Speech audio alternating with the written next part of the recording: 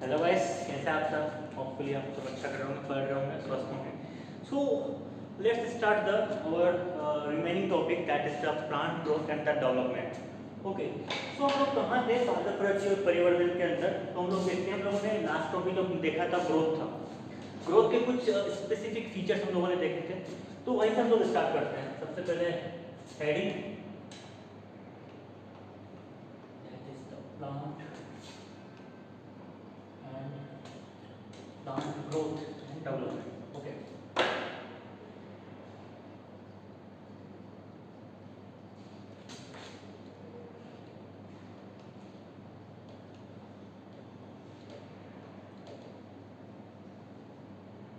Plant growth and development. Okay, तो हम लोग थे कहाँ पर? हम लोग थे ग्रोथ पर पहुंच गए थे। ग्रोथ को हमने डिफाइन कर दिया था। एक बात थोड़ा सा रिकैप्चुलेट कर लेते, कैसे डिफाइन किया था? सो ग्रोथ लिविंग ऑर्गेनिज्म में होता है, नॉन लिविंग में होता है। ठीक है, तो ग्रोथ हम लोग कर रहे हैं प्लांट के अंदर। तो प्लांट के अंदर हम लोग क्या बोल रहा था? Growth is regarded one of the most fundamental and conspicuous characteristic of living beings, that is the clear. तो दो टर्म्स थी यहाँ पर, एक तो most fundamental and conspicuous. Most fundamental and conspicuous.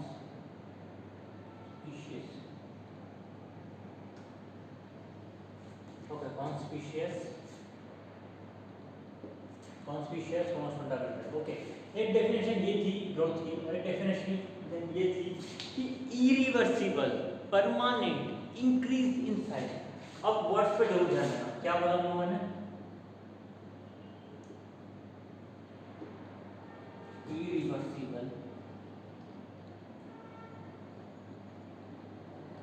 Permanent increase in size. That is clear. So irreversible permanent increase in size of the organ or any part of the organ or even an individual cell. तो ये हम लोगों ने कल देख लिया था growth की डेफिनेशन। इसके बाद हम लोग ग्रोथ को आगे पढ़ेंगे और इसके लिए कुछ फीचर्स हैं, कैरेक्टरिस्टिक फीचर्स, जिससे हम लोग ग्रोथ को परफेक्टली डिफाइन कर सकते हैं प्लांट के अंदर। ठीक है, तो हम लोग आगे देखते हैं। तो सबसे पहले हम लोग कंटेंट लिखते हैं आज का, इवेंट फॉर द रिवाइज करा दिया। ओके, सो आज के कंटेंट्स है कि क्या क्या हम देखने वाले हैं, कितना हम कवर करेंगे लेक्चर के बाद में पता लग जाएगा लोगों को। ओके, सो सबसे पहले तो ग्रोथ हम लोगों ने देख लिया। ग्रोथ क्या क्या आता है? फीचर्स। पहला ग्रोथ का फीचर्स होगा कि ग्रोथ एज ए डिटरमिनेंट। दूसरा फीचर क्या होगा ग्रोथ का? Growth is also measurable. तीसरा होगा आपका ग्रोथ की कुछ फेज होती है, फेजेस। चौथा होगा ग्रोथ का आपका, ग्रोथ की रेट्स होती है कुछ। और पांचवा होगा आपका ग्रोथ का, ये होगा कंडीशन। तो हम लोग आज स्टार्ट करेंगे इनडिटरमिनेट। ओके, इनडिटरमिनेट मतलब होता है कि अपरिमेय या परिमेय, कि मतलब ये अपनी ही परिधि की बाहर कितना है, कितना नहीं है, कितना आगे इंक्रीज कर सकता है, अपनी लिमिट कितनी बढ़ा सकता है। ठीक है, ये लिमिटेशन में कितना काम करता है, कितना नहीं करता। So growth indeterminate. तो देखो ग्रोथ कहाँ से स्टार्ट होती है आपकी ग्रोथ? ग्रोथ के लिए कुछ स्पेसिफिक टिश्यूज होते हैं प्लांट्स के अंदर, जिसको हम बोलते हैं मेरिस्टेमेटिक टिश्यू। ओके, तो ग्रोथ के अंदर कुछ स्पेसिफिक टिश्यू होते हैं जिनको हम बोलते हैं मेरिस्टेमेटिक टिश्यू। और ये मेरिस्टेमेटिक टिश्यू एक पार्टिकुलर स्पेसिफिक लोकेशन पे होते हैं, या तो रूट, या रूट पे होंगे या शूट्स पे होंगे, यानी शूट्स ऊपर और रूट्स नीचे। ठीक है, रूट शूट्स कहाँ से है? हम लोगों ने सीड देखा था, सीड में देखा था हम लोगों ने क्या होता है, कोलेप्टल होता है और हाइपोकोलेप्टल होता है। तो जो कोलेप्टल होता है वो ऑब्वियसली आपको कहाँ मिलेगा? हाइपोकोलेप्टल और कोलेप्टल, ये मिलेगा आपको। कोलेप्टल आपको अपर पार्ट में, यानी सीड्स के ऊपर वाला पार्ट अबो कोलेप्टल, और लोअर वाला हाइपोकोलेप्टल। ठीक है, यानी ट्रांसपुट और मुराकुल चोर जिसको हम लोग बोलते हैं। ठीक है, तो स्टार्ट करते हैं। That is the growth as a indeterminate. So growth is N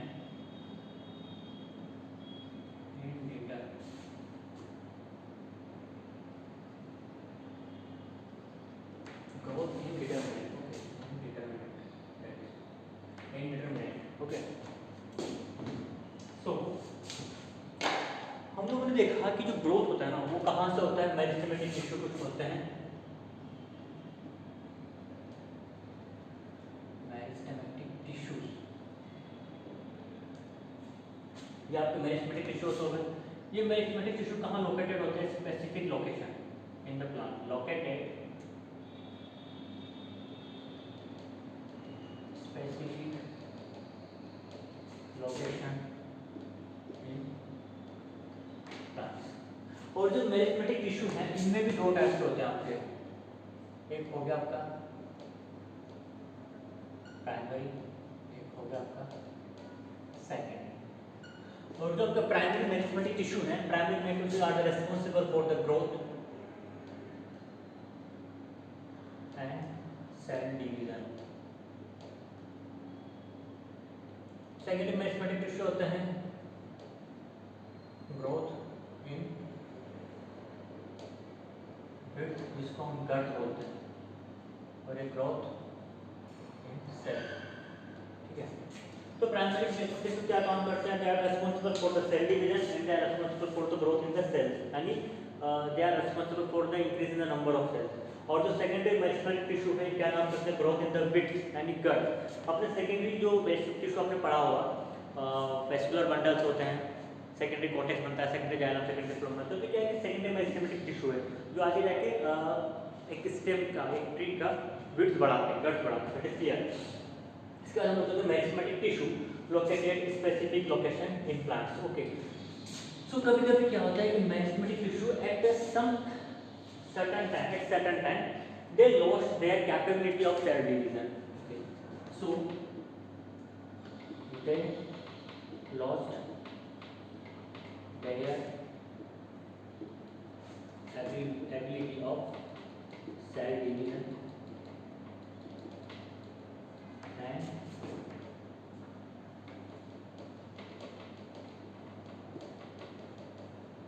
become mature to perform the specific function, become mature to perform specific function। इसको हम बोल सकते हैं कि मैच्योरेशन, दैट इज क्लियर। तो मैच्योरेशन में तो वो जो क्या है कि मेरिस्टेमेटिक टिश्यू अपनी एबिलिटी खो चुके हैं, they lost their ability of cell division and become mature to perform the specific function, that is clear।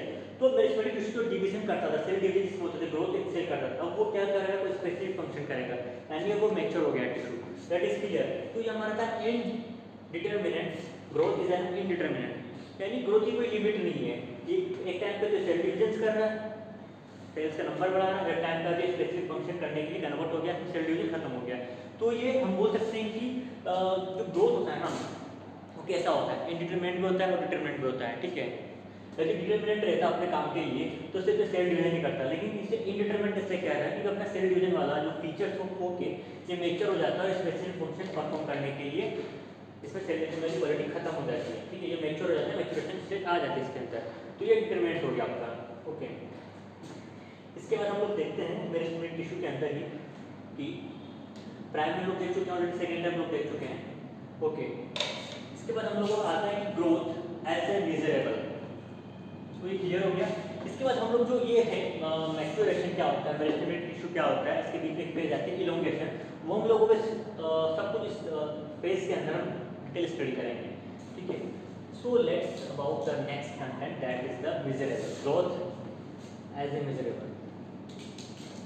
Growth is measurable यानी ग्रोथ इज मेजरेबल का क्या मतलब है, मेजर क्या होता है, मात्रा, मापक। ठीक है, किसी चीज़ को मेजर करना। ठीक है, तो हम क्या ग्रोथ को मेजर कर सकते हैं, हाँ जरूर कर सकते हैं। लिखते कैसे कि जैसे ट्री है, ट्री की हम लेंथ हम लोग मेजर कर सकते हैं, कितना लंबा है कितना नहीं। हालांकि वो ईयर टू ईयर और मंथ टू मंथ और season two season length change होती रह सकती है। ठीक है, और इसी प्रकार जो कोई सेल है, सेल के अंदर प्रोटोप्लाज्म कितना है हम उसको मेजर कर सकते हैं नहीं, क्योंकि थोड़ा डिफिकल्ट हो जाता है कभी कभी, क्योंकि सेल तो वैसे इतनी छोटी सी होती है, बहुत माइक्रोमीटर या नैनोमीटर टाइप की सेल्स होती है। अब उसमें प्रोटोप्लाज्म मेजर करने जाएंगे तो बहुत माइक्रोमीटर टाइप का मेजरमेंट आएगा।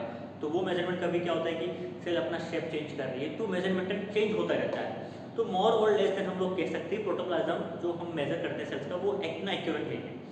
उसके बाद हम लीफ आते हैं, लीफ का एरिया हम लोग मेजर कर सकते हैं, हाँ somehow we can measure the measurement, we can measure the area of the leaf. उसके बाद लेंथ, लेंथ में हम पोलन ट्यूब की हम लेंथ मेजर कर सकते हैं। पोलन ट्यूब कहाँ बनती है, पोलन ट्यूब कैसे बनती है, जब पोलन ग्रेन स्टिल्स पर जाते हैं, ठीक है, जो फीमेल ऑर्गन होता है स्टिल्स के ऊपर जाते हैं तो फीमेल गेमेट्स उसके अंदर गिरते हैं। फीमेल गेमेट्स जब गिरते हैं तो वहाँ से पोलन ट्यूब जर्मिनेट होती है और वो जर्मिनेट होकर ओवल तक जाती है, दैट इज क्लियर।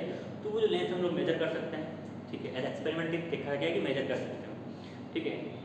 उसके बाद हम लोग जाते हैं नेक्स्ट वॉल्यूम के अंदर, सेल नंबर साइज के अंदर, ठीक है। तो हम लोग इसके अंदर पढ़ेंगे मेजरेबल ग्रोथ,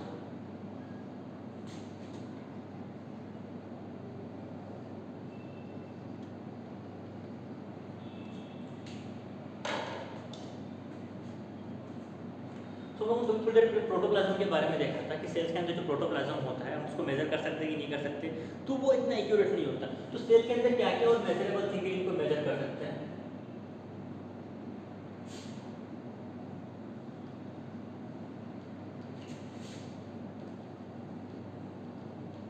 जो मेजरेबल पैरामीटर ऑफ सेल्स। हाँ,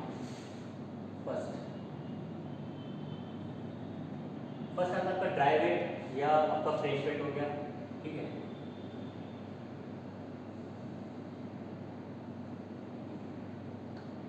measurement of dry wait,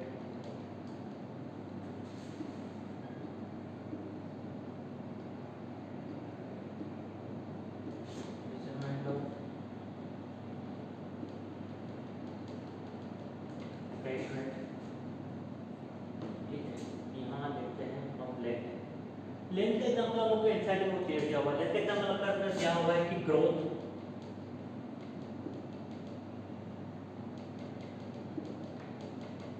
growth in pollen tube denotes the length, growth in pollen tube denotes the length of pollen tube, that is clear। उसके बाद फोर्थ आपका क्या है area, area की बात करें तो हम जो सरफेस एरिया होता है डोर्सल वेंट्रल लीफ का, surface area of dorsal ventral leaf, okay. तो बच्चों मेरी एक बात है ये बोलना चाहता हूँ मैं कि जैसे आपको कुछ कुछ टर्म्स आते हैं ना उनको हमेशा ध्यान रखना। देखिए जैसे मैंने बोला कि पोलन ट्यूब, पोलन ट्यूब आपने पढ़ा होगा, फ्लोरिंग प्लांट्स में पढ़ा होगा, ठीक है, anatomy of the flowering plants, organization of the flowering plants. तो वहाँ हम लोगों ने पोलन ट्यूब देखा था, पोलन ट्यूब कैसे फॉर्म होती है आपको याद होना चाहिए दिमाग में। उसके बाद आता है कि डोर्सी वेंट्रल लीफ, तो जो लीफ तो आप नॉर्मल पढ़ते हैं, डोर्सी वेंट्रल क्या होता है, बायलैटरल लीफ क्या होता है। बायलैटरल लीफ मैंने आपको बताया था जो मोनोकोट प्लांट होता है ना, एक बीजपत्री पादप होते हैं, तो उनमें क्या होता है दोनों साइड की लीफ सेम तरह की होती है और उनमें जो वेनेशन होता है, जो शिरा विन्यास होता है ना, वो कैसा होता है पैरेलल होता है, दैट इज क्लियर, जैसे मोनोकोट में। और डाइकोट में क्या होता है कि जो लीफ होती है वो ऐसे करके होती है होराइजॉन्टली, तो उसमें ऊपर की सतह थोड़ी अलग होती है, नीचे की सतह थोड़ी अलग होती है, ऊपर की सतह पर स्टोमेटा होती है, नीचे की सतह पर स्टोमेटा नहीं होते। तो उसे हम लोग डोर्सल वेंट्रल लीफ कहते हैं, ये डोर्सल पार्ट या वेंट्रल पार्ट। तो डोर्सल वेंट्रल लीफ हम कहते हैं डाइकोट में पाई जाती है। तो डाइकोट में जो वेनेशन होता है कैसा होता है, रेटिकुलर होता है, दैट इज क्लियर। मोनोकोट में पैरेलल होता है और डाइकोट में रेटिकुलर वेनेशन होता है, शिरा विन्यास, दैट इज क्लियर। तो डोर्सल वेंट्रल लीफ डाइकोट की बात कर रहे हैं, तो surface area of dorsal ventral leaf हम ये मेजर कर सकते हैं एरिया के अंदर। ये सब हम लोग क्या पढ़ रहे हैं, पैरामीटर पढ़ रहे हैं, measurable parameter of cells. Plant cells को रखते हैं तो बेटर होगा क्योंकि हम लोग पढ़ रहे हैं plant cells, that is clear. तो area surface area of dorsal ventral leaf हो गया। फिर वॉल्यूम की बात करें तो आपको वॉल्यूम की बात और एक और बात लिखी गई है, नंबर ऑफ सेल्स। तो 6 पैरामीटर आपकी एनसीईआरटी बताती है, ठीक है, dry weight, fresh weight, length, area, volume, number of cells. तो आपके दिखाया गया है कि जो सिंगल मेज रूट अपाइकल मेरिस्टेम होता है ना, उसकी क्या होती है कि वो अपना वॉल्यूम बढ़ा सकती है, या सॉरी सिंगल मेज रूट अपाइकल मेरिस्टेम तो ऑब्वियसली सेल ग्रोथ करेगी, सेल डिवीजन होगा, तो उसमें क्या होगा कि वो अपनी सेल्स के काउंट बढ़ा सकती है। कितना काउंट बढ़ा सकती है, और वॉल्यूम के बाद आपके लिखा वॉल्यूम में आपका लिखा हुआ वाटरमेलन के बारे में लिखोगे। वाटरमेलन अपना वॉल्यूम बढ़ा के कितना कर सकता है, 3,50,000 टाइम्स कर सकता है। That is clear.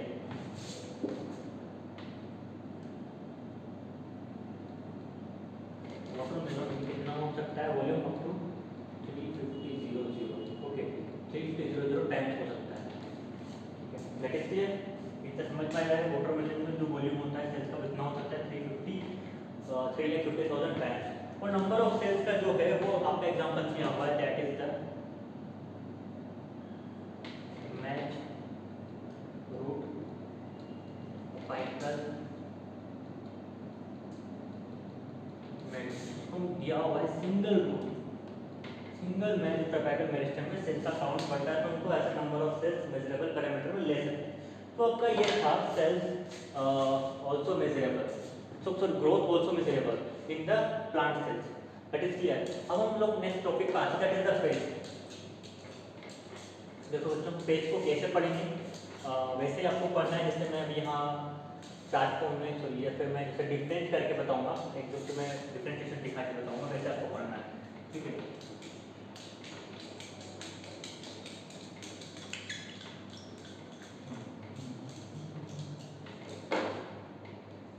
तीन डिफरेंट फेज होती है। कौन कौन सी होती है देख लेते हैं। तीन डिफरेंट फेज होती है। पहली होती है आपकी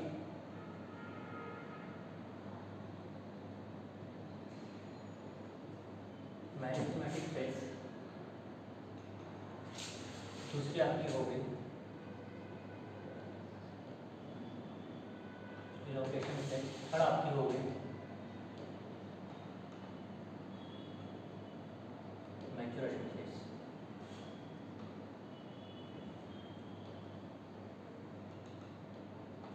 Maturation phase, that is clear. So meristematic phase, elongation phase and next is the maturation phase. तो इनमें क्या डिफरेंस है वो भी देख लेते हैं, समझ लेते हैं क्या डिफरेंस होता है इनमें। तीन फेज, मेरिस्टेमेटिक फेज यानी विद्युत की अवस्था, elongation phase यानी दीर्घीकरण अवस्था, मैच्योरेशन फेज यानी परिपक्व अवस्था, परिपक्वता। ठीक है, तो मेरिस्टेमेटिक फेज इनमें जो डिफरेंस होता है ना, किस बेसिस पे होता है, तो कभी भी आप किसी चीज में डिफरेंस निकालोगे तो उनका बेसिस हमेशा आपको साइड में लिखना है। दैट इज क्लियर, वो इंपॉर्टेंट होता है क्योंकि वो बेसिस सेट पे लिखने से क्या होता है ना, आपको माइंड में याद रहेगा कि हमें कितने डिफरेंस बताने हैं, 1 2 3 कितने डिफरेंस बताने हैं। That is clear.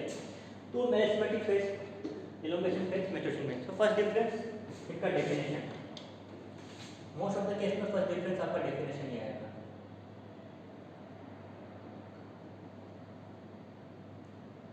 ये आपका डेफिनेशन फर्स्ट। तो मैथमेटिक फेज क्या होता है, देखो बच्चों मेरिस्टेमेटिक फेज क्या करता है। मेरिस्टेमेटिक फेज का मेन फंक्शन क्या है, सेल डिविजन करना। ठीक है, तो डेफिनेशन में लोग यही लिखते हैं,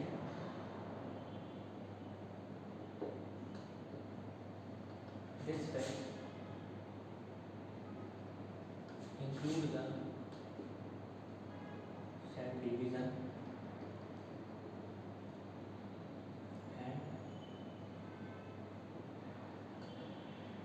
increase the number of cells। That is clear. Elongation में क्या आएगा, this phase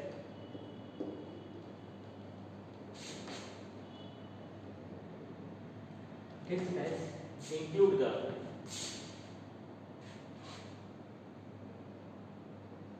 growth of cells।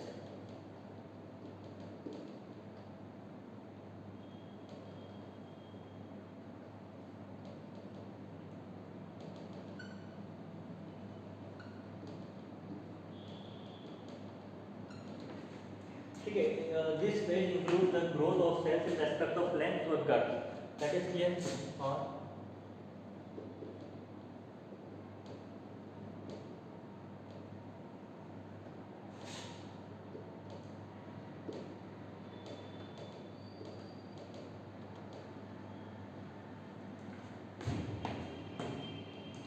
और पैकेजिंग फेज में क्या लिखेंगे, this phase include the specific functions of cells. That is clear. अब इनकी लोकेशन बताते हैं, कौन कहाँ लोकेट होता है। तो पहला तो डेफिनेशन, दूसरा लोकेशन।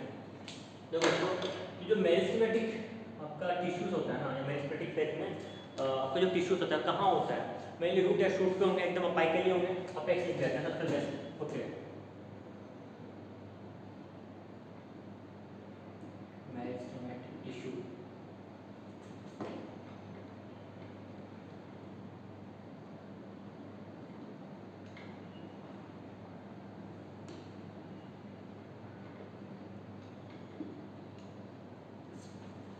लोकेटेड अपेक्स या apical,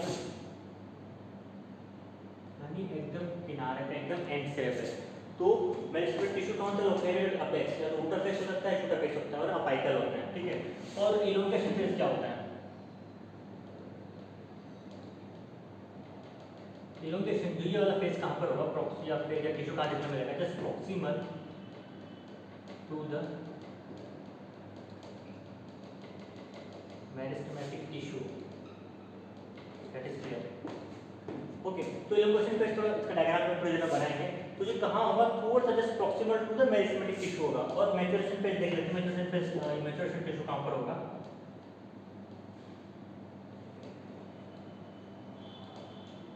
more proximal, more proximal to meristematic tissue और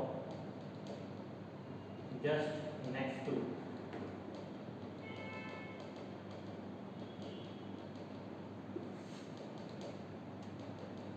तो कहाँ होगा? More proximal to meristematic tissue और just next to the elongation tissue, that is clear.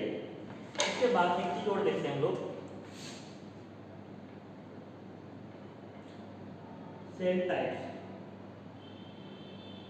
Cell type की बात करें तो इसमें जो सेल्स होगी ना, मोर प्रोटोप्लाज्मिक होगी, sales having a dense protoplasm,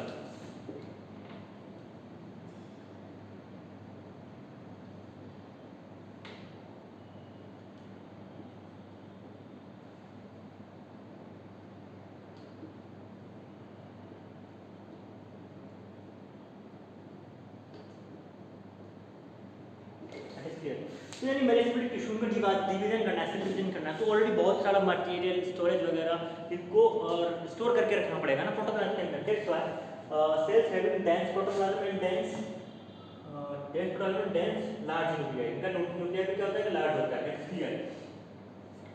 okay, अब आगे लोग इस पेज में क्या होगा? इनमें ये होगा कि इनमें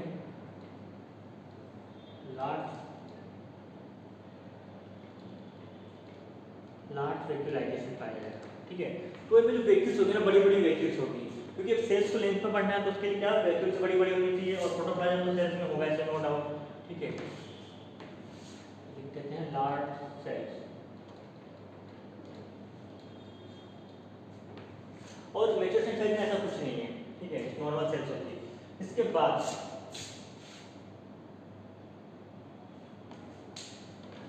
सेल वॉल पे हम लोग जाते हैं। सेल वॉल्स की बात करें हम लोग तो देखो सेल वॉल्स में क्या डिफरेंस देखने को मिलता है। इसकी जो मेरिस्टेमेटिक टिश्यू की मेरिस्टेमेटिक फेज की जो सेल्स वॉल होती है ना, वो कैसी होती है? प्राइमरी होती है, सेलुलोजिक होती है, प्राइमरी होती है और सेलुलोजिक होती है, दैट इज क्लियर। जबकि इलोंगेशन फेज में कैसी होती है cell wall? Secondary cell wall form,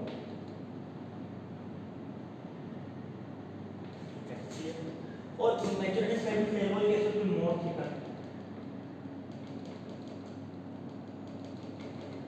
हो जाती है। जैसे आपने ट्रैकेट्स वगैरह वेसल्स वगैरह देखे होंगे तो उनकी सेल्स होती है बहुत थिक होती है, लिग्निफिकेशन होती है उनमें सेल्स वॉल में, that is the mature cells और mature tissue, that is clear. ये होती है। और इनके स्पेसिफिक फंक्शंस क्या होता है?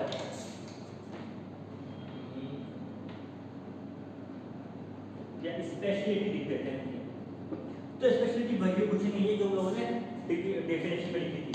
स्पेशलिटी ये होती है सेल डिवीजन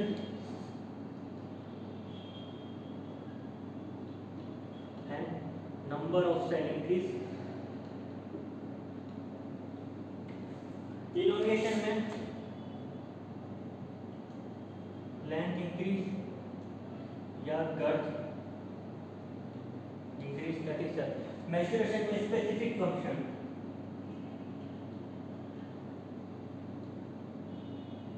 जैसे जाइलम हो गया, स्पेसिफिक फंक्शन जैसे जाइलम, शायद नीचे हो गया, थोड़ा सा दिख नहीं रहा है, थोड़ा सा ऊपर कर देता हूँ, ठीक है। तो ये वाला पॉइंट हम लोग हटा देते हैं।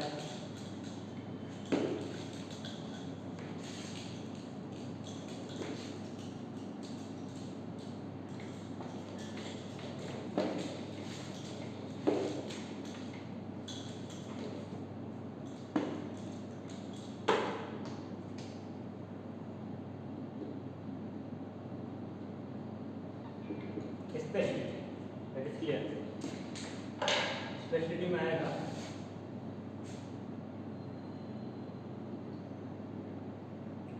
Cell division and increase number of cells, that is clear. Elongation phase में आएगा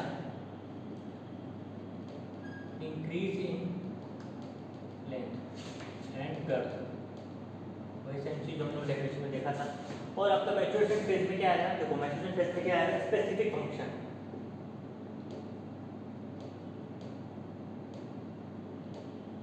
स्पेसिफिक फंक्शन कौन कौन से, देखो मैच्योरेशन में स्पेसिफिक फंक्शन बहुत सारे हो सकते हैं आपका, जैसे मिनरल और वाटर को ट्रांसपोर्ट करने के लिए जाइलम फ्लोएम चाहिए, सॉरी जाइलम चाहिए, ट्रैकेट्स वेसल चाहिए उसके अंदर।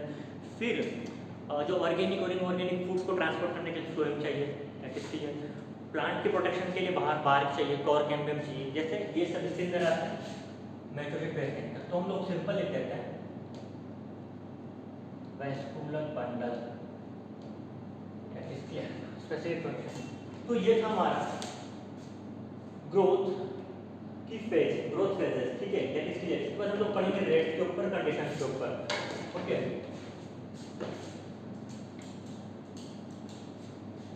यहाँ तक आपने नोट कर लिया होगा, तो मैं नीचे का रख कर देता हूँ फिलहाल।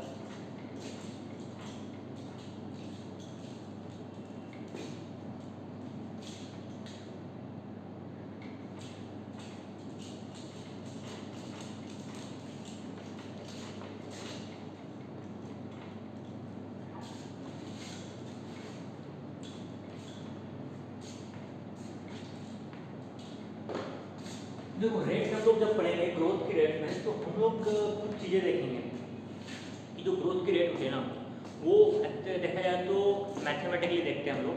तो उस मैथमेटिकली ग्रोथ रेट में देखने के लिए हम लोगों को, जैसे अब मैथमेटिक्स पढ़ते हो तो मैथमेटिक्स में क्या होता है, कुछ भी रेट्स वगैरह को डिफाइन करना होता है ना, तो वो हम लोग को ग्राफ चाहिए होता है, ठीक है। तो हम लोग यहाँ भी ग्राफ देखेंगे कुछ देर में। तो हम लोग देखते हैं कि जो ग्रोथ को हम ऐसा मैथमेटिकली रिप्रेजेंट करते हैं। जब हम मैथमेटिकली रिप्रेजेंट करते हैं ना, तो दो चीज़ ध्यान रखनी होगी ग्रोथ के अंदर। एक मैथमेटिकली रिप्रेजेंट करते वक्त एक ग्रोथ रेट आती है आपकी अर्थमेटिक, ठीक है, अंकगणितीय, और एक आती है ज्योमेट्रिक यानी ज्यामितीय रूप में। तो दोनों में क्या डिफरेंस है, वर्बली में आपको सकता हूँ लिखूंगा तो मैं सही वैसे भी। तो अंकगणित में क्या होता है, यानी अर्थमेटिक में क्या होता है कि कोई एक प्लांट सेल्स है, वो डिवीजन करती है, दो डॉटर सेल्स बनाती है, ठीक है। प्लांट सेल्स डिवीजन हुआ, दो डॉटर सेल्स होगी, एक डॉटर सेल एक डॉटर सेल है। तो ये डॉटर सेल्स क्या होती है, मैच्योर हो जाती है, अब इसमें डिवीजन नहीं होगा, ठीक है।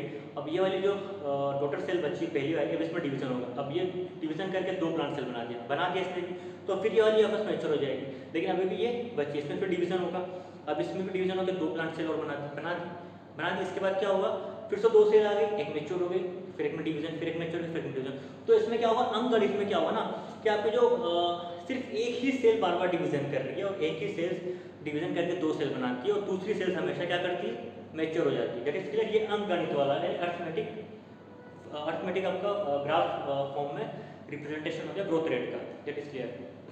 उसके बाद नेक्स्ट आता है ज्योमेट्रिक।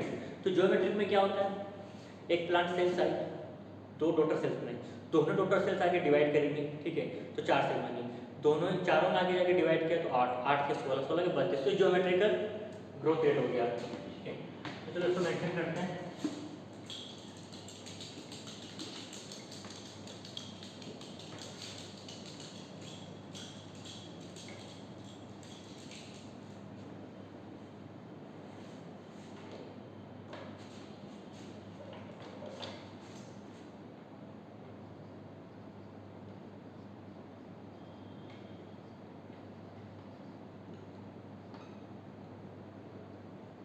तो ग्रोथ रेट में उन्होंने बताया था, दोनों को हम कंपेयर करते हुए पढ़ेंगे, बेटर होगा with the diagram, that is clear.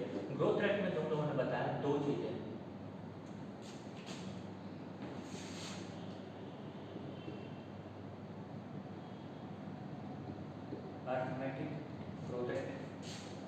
गया आपकी ज्योमेट्रिक ग्रोथ रेट कैसे इसकी है। तो ज्योमेट्रिक ग्रोथ रेट में देखो मैंने वर्बली आपको बोल के बताया था क्या होता है क्या नहीं होता। अब हम इनको डायग्राम से समझाता हूँ, ठीक है। एक प्लांट सेल साइज दो में डिवाइड हो, फिर ये प्लांट सेल्स आपकी ये प्लांट सेल्स जहाँ मैं एम लिखूंगा मतलब वो प्लांट सेल्स मैच्योर होगा, उसमें डिवीजन नहीं होगा, ठीक है। तो ये प्लांट सेल्स हो गई मैच्योर। अब आगे जाके इस वाले प्लांट सेल में डिवीजन होगा, इसमें फिर से दो सेल बने, ठीक है। ये फिर से हो गई मैच्योर, ये एज वेल एज ऐसी कैसी यहाँ पर पड़ी रहेगी, इसको मैं ये दिखा देता हूँ मैच्योर, ठीक है। अब इस प्लांट सेल में फिर से डिवीजन होगा, इसमें फिर से दो सेल बने, एक फिर से हो गई मैच्योर और ऑलरेडी तीन तो पहले से पड़ी हुई यहाँ पर दो। तो ये सिलसिला कंडीशन चलता रहेगा और इसी सेल्स में क्या होता है डिवीजन हो रहा है। तो मैं दिखा देता हूँ यहाँ पर डिवीजन से सेल में हो रहा है जो इधर आ रही है, ठीक है। तो फिर आगे इसको आगे सिलसिले को बढ़ाते हैं। तो आगे देखते हैं यहाँ पर फिर से इसमें दो सेल्स बने, ये मैच्योर हो गई, ऑलरेडी तीन सेल तो पड़ी हुई थी हमारी। तो डिवीजन वाली सेल्स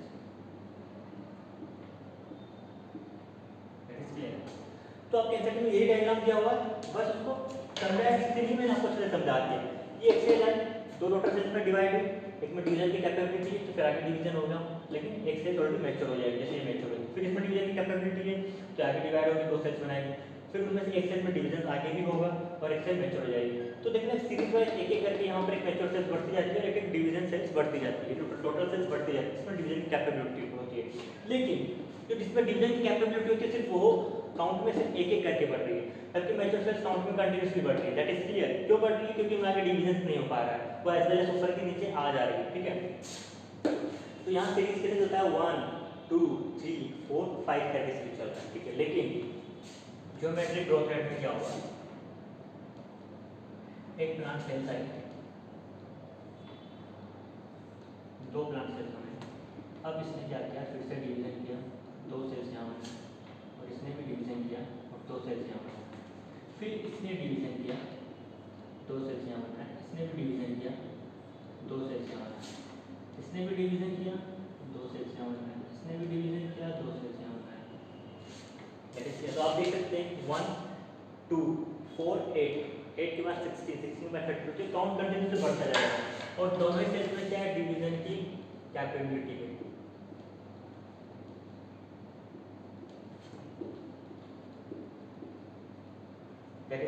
तो ये अर्थमेटिक ग्रोथ रेट और ज्योमेट्रिक ग्रोथ रेट मैंने आपको दिखा दिया है कि ठीक है अर्थमेटिक क्या होता है और ज्योमेट्रिक क्या होता है। दैट इज क्लियर, यानी अंकगणितीय और ज्यामितीय। अंकगणित में सीरीज जो बढ़ती है वो धीरे धीरे करके बढ़ती है, ज्यामितीय में जस्ट मल्टीपल काउंट करते हैं, ठीक है। 1 2 4 6 8 16 32 64 ऐसे करते हैं, ठीक है। अब देखिए कि कर्व कैसे होते हैं। कर्व मैं इनके बता देता हूँ, बताना पड़ेगा।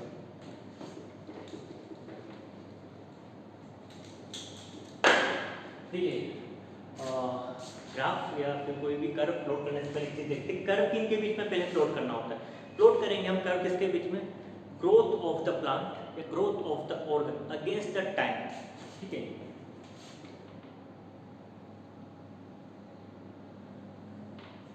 ये हो गया। तो यहाँ y एक्सिस पर हम लोग लिखते हैं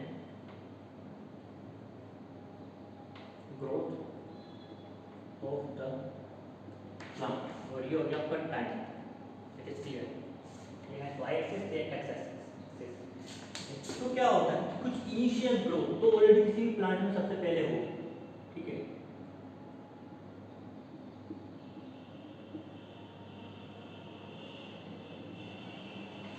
तो हम लोग को जो कर्व मिलता है ना कैसा मिलता है अर्थमेटिक ग्रोथ में एकदम स्ट्रेट कर्व।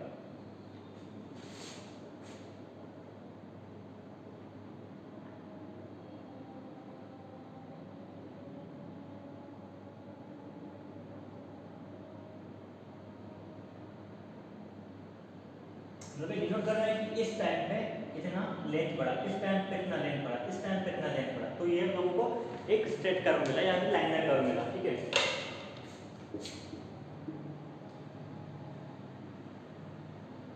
तो लाइनर कर्व को हम लोग कैसे लिखते हैं, लाइनर कर्व को हम लोग ऐसे लिखते हैं LT = L nought plus R T. यहाँ एन टी क्या होता है, एन टी आपको डिनोट करेगा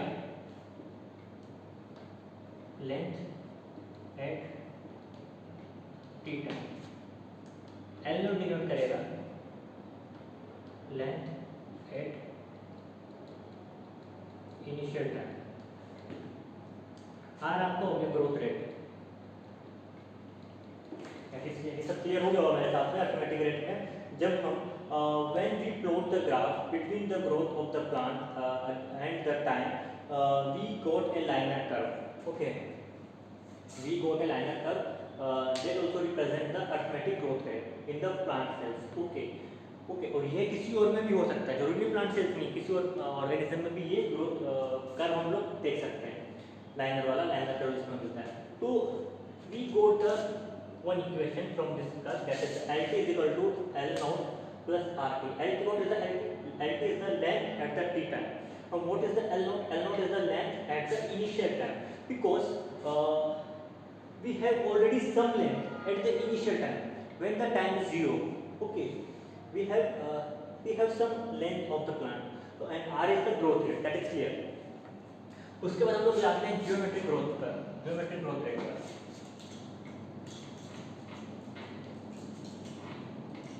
मैं हो सकता था कि आपको दोनों ही चीज़ें मैं अलग अलग करके समझा सकता था।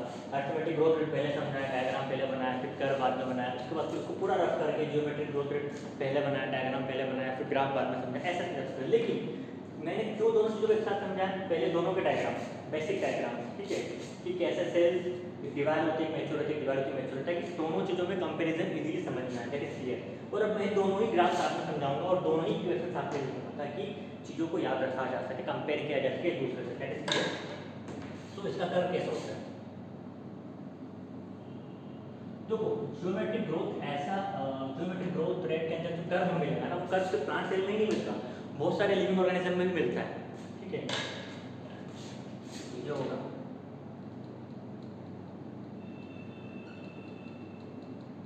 ग्रोथ ऑफ प्लांट या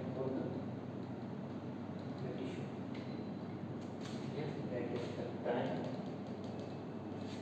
सो हम लोगों को यहाँ जो कर्व मिलता है ना, when we plot a graph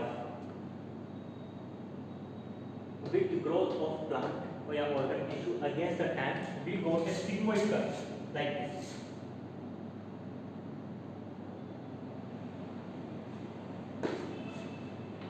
We got a sigmoid curve, or we can also say the S curve. It is clear. ये हो गया आपका S curve, it is clear. तो इसमें तीन फेज होती है, तीन फेजेस केसेस के इसमें आपको बता देता हूँ, पहले मैं लिख देता हूँ एकदम।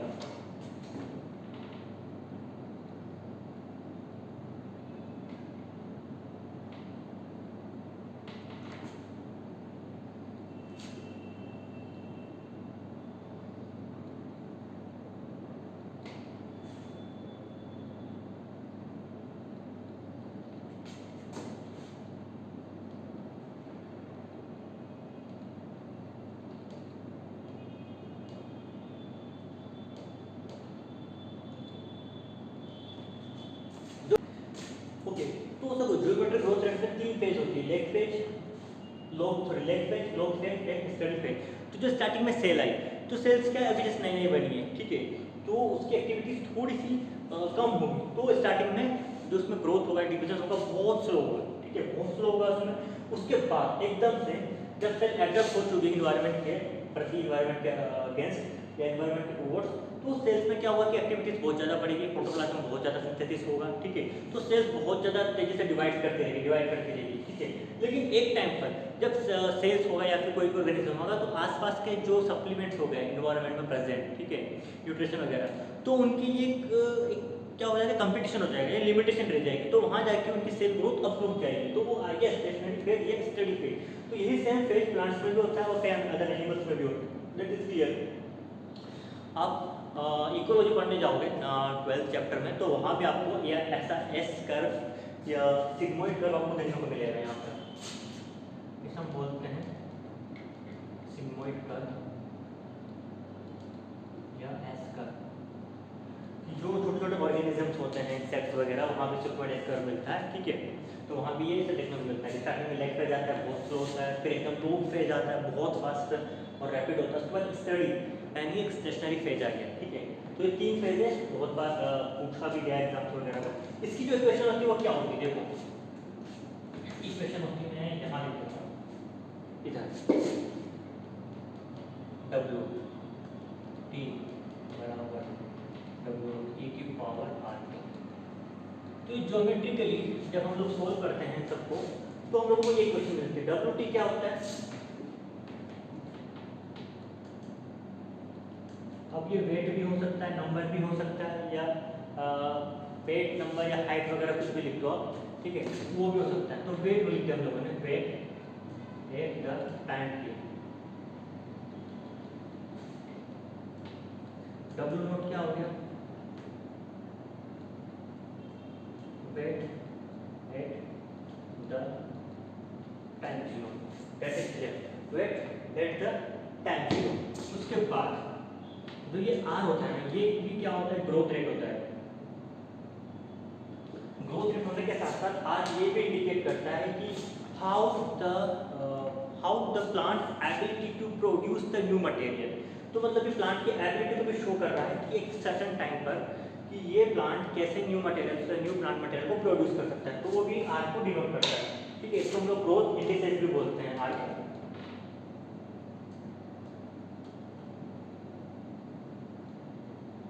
Growth indices that is clear.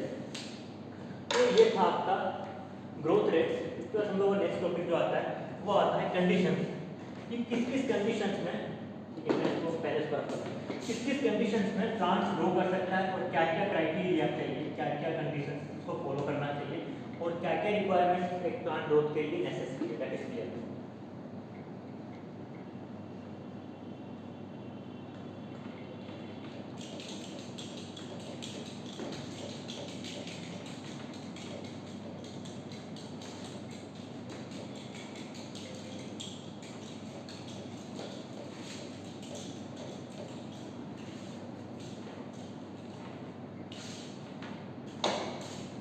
Okay, तो हम लोग क्या, हम लोगों ने देख लिया ग्रोथ एज एन इंडिटरमिनेंट होती है, मेजरेबल होती है, ग्रोथ के फेजेस देख ली थी, फिर ग्रोथ रेट देख लिया हम लोगों ने। अब आते हैं ग्रोथ की कंडीशंस। तो ग्रोथ की कंडीशन कुछ नहीं है, बहुत छोटा सा पार्ट है, 2 या 3 मिनट का पार्ट है। ग्रोथ की कंडीशन देख लेते हैं क्या है। ग्रोथ कंडीशन, कंडीशंस ऑफ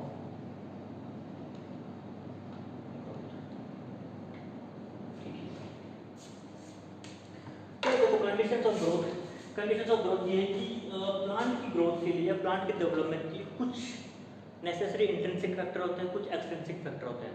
तो कुछ जो एक्सट्रिंसिक फैक्टर है भी और इंट्रिंसिक फैक्टर है भी, उनको देख लेते हैं जो बहुत ही कॉमन है। ये कुछ फैक्टर्स हैं, फैक्टर क्या क्या है, that is the water, that is the oxygen and that is the nutrition या न्यूट्रिशनल एलिमेंट लिख सकते हैं हम इनको।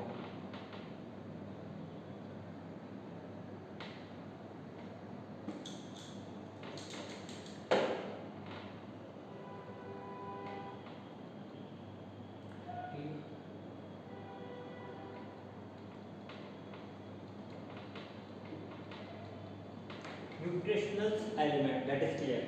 तो वाटर कौन कौन सी हर चीज़ पे वाटर की रिक्वायरमेंट होती है प्लांट्स को।